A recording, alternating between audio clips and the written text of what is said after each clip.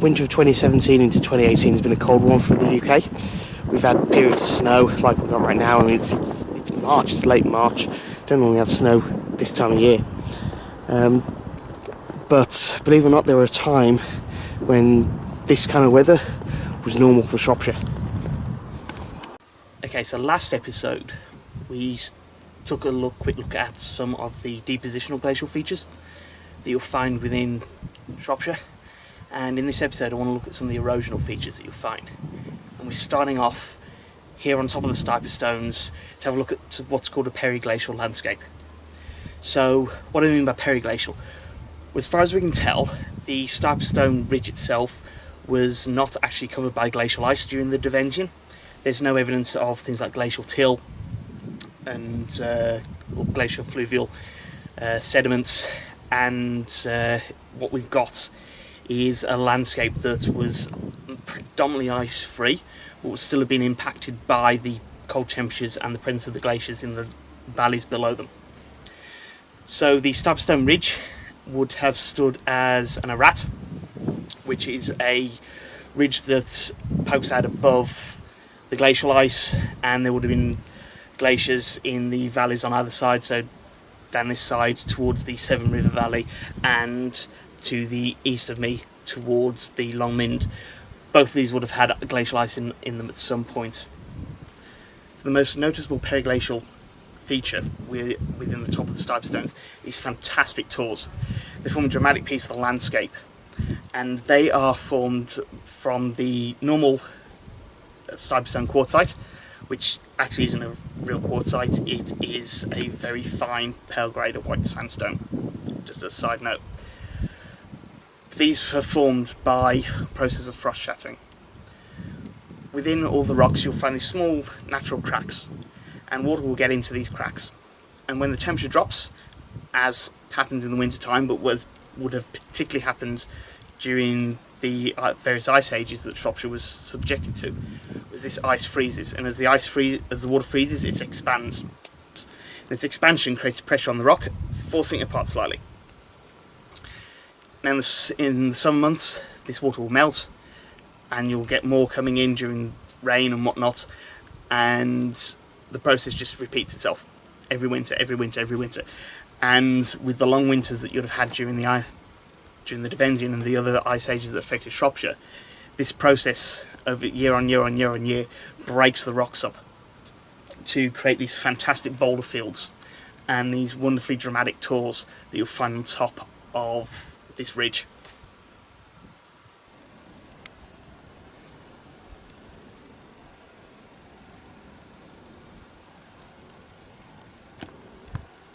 Okay, so I'm currently on the northeastern tip of the Long Mynd, and right below me is the absolutely stunning Stretton Valley, and we've got the hills. You can see in the background Hope Bowler and Caradoc, and this whole valley is it's a fantastic landscape. It's one of the most picturesque parts of the Shropshire Hills, and during the series of ice ages that Shropshire was subjected to, this valley was once filled with ice.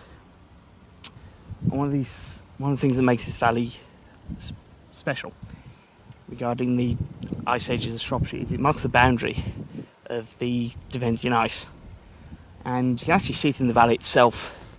There is this, if you look to the north end of the valley past Caradoc and Lawley, you will notice that the land is actually really quite flat, and this is part of the glacial plain from the ice that was coming in from the Severn Valley and also from the Northern Welsh Hills. And if you look further along, pretty much straight in front of the hill that I'm on called Nova Hill, which is part of the Long Mynd, and in front of Hope Bowler, basically where the town of Church Stretton currently sits. You'll notice that the land looks very lumpy. It's a lot higher than the rest of it.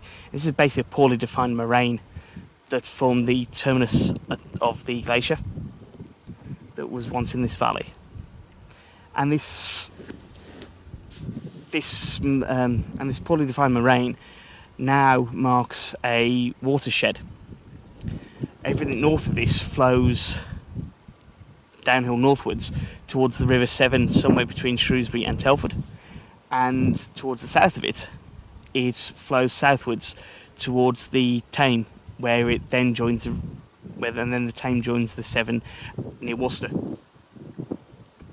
Now, one of the other little special features, particularly around Nova Hill, which is why I picked this one as part of the Long Mynd, is that the Welsh ice coming from the north,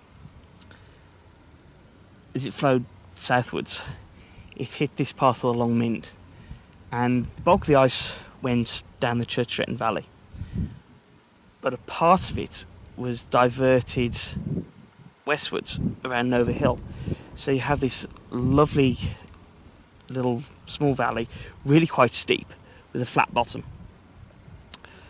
that was the remains of almost like a hanging valley, but not quite, and the ice had been pushed upwards and went round and then rejoined the Stretton Valley again. And it's just another relic of the ice ages within Shropshire.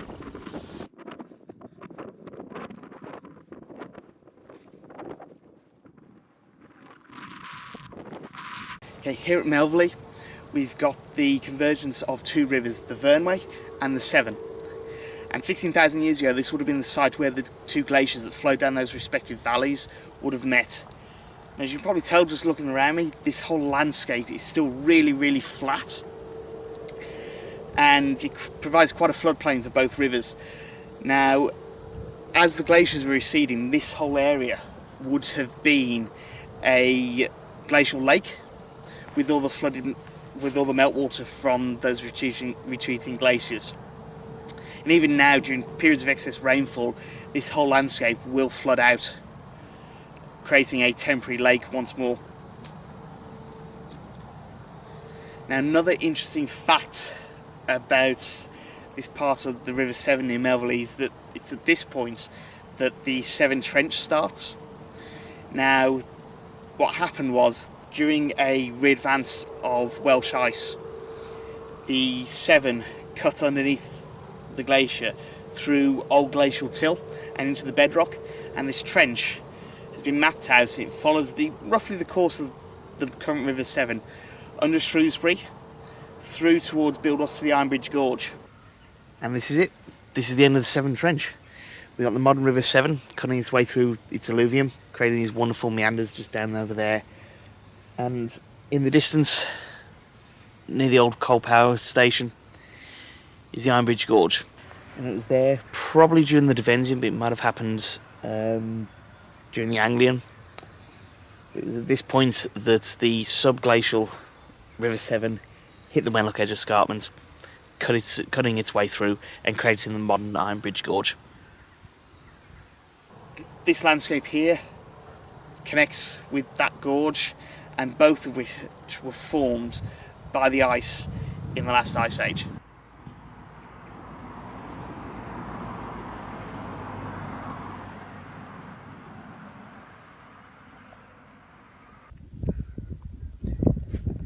Okay, so I'm going to finish off this episode on the Weald Moors.